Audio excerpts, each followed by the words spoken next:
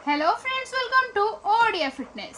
तेरे बहुत सारा सब्सक्राइबर्स फ्रेंड्स माने कमेंट सेक्शन रे कहिथिले पतला रु केमिति मोटा हेबे। जदि आपनकर छोट पिला अछंती किंबा आपण भी पतला अछंती, आपनक देह रे लागुनी, जेते खाइले भी आपनक देह रे लागुनी, तेबे आपण मानक पई नै आसीछि मोडे जबरदस्त वीडियो। तेबे वीडियोटी को स्टार्ट करियो पूर्व प्रथमे ओडिया फिटनेस चैनल को सब्सक्राइब करी पाखरे आसुथिबा बेल आइकन टी को बजि दियंतु।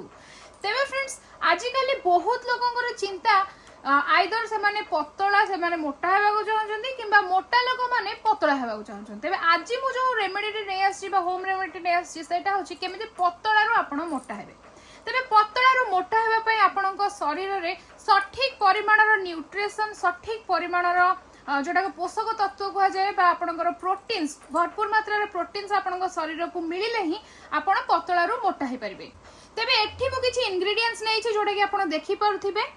तेबे एठार मु आलमंड नै छि किछि मात्रा रे काजू नै छि आ किछि मात्रा रे मखाना नै छि, जोटा कि एथिरे भरपूर मात्रा रे प्रोटीन्स अछि। आपणक शरीर को प्रोटीन्स बा आपणक शरीर को जो आपणकर पोषक तत्व बा न्यूट्रिशन जोगेबारे एटा सहायता करिवो। तेबे एही तीनोटी जिंस को आपण मिक्स करिकि गोटे पाउडर बनेबे। तेबे आपण माने धरी नियंतु, आपण जदि 200 ग्राम रो काजू नउछंती, 200 ग्राम रो आलमंड नियंतु आ 200 ग्राम रो मखाना नियंतु एवं एहा को गोटे पूरा संपूर्ण भाव एही भली भाव फाइन पेस्ट बनै नियंतु।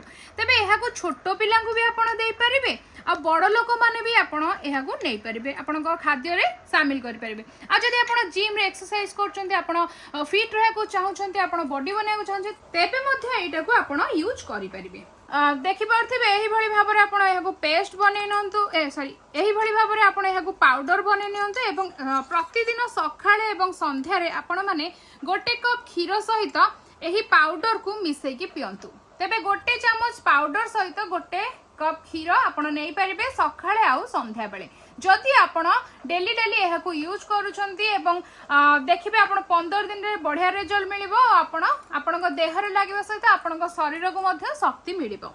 छोट पिलांक ठारो आरंभ करी बुढ़ा लोक पर्यंत एटा को यूज करि पारे। मार्केट रे जो पैकेट फूड मिलुची आपनकर प्रोटीन्स हला, मार्केट रे आपण विभिन्न प्रकार रो जिंस मिलि जिवो, छोट पिलांक पई हो बड़ लोकंक पई हो, ताठो एटा बेटर काम देबो आ भलो ही आपनक देह पई एथरे कोनोसे साइड इफेक्ट मध्ये रहइबोनी। घरे बनै बिना कोनोसे केमिकल्स यूज करी आपण एहा को प्रस्तुत करि परिबे।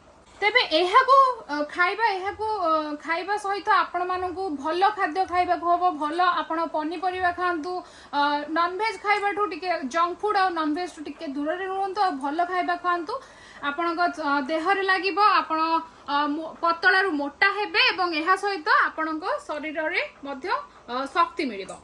आशा करूँ वीडियोटी आपको भल लगी। आगु को एमती फिटनेस वीडियो देखिया पई आम चैनल ओडिया फिटनेस चैनल को सब्सक्राइब करी पाखरे आसुथिबा बेल आइकन टी बजि दियंतु आ वीडियोटी को लाइक कमेंट से निश्चित करंतु।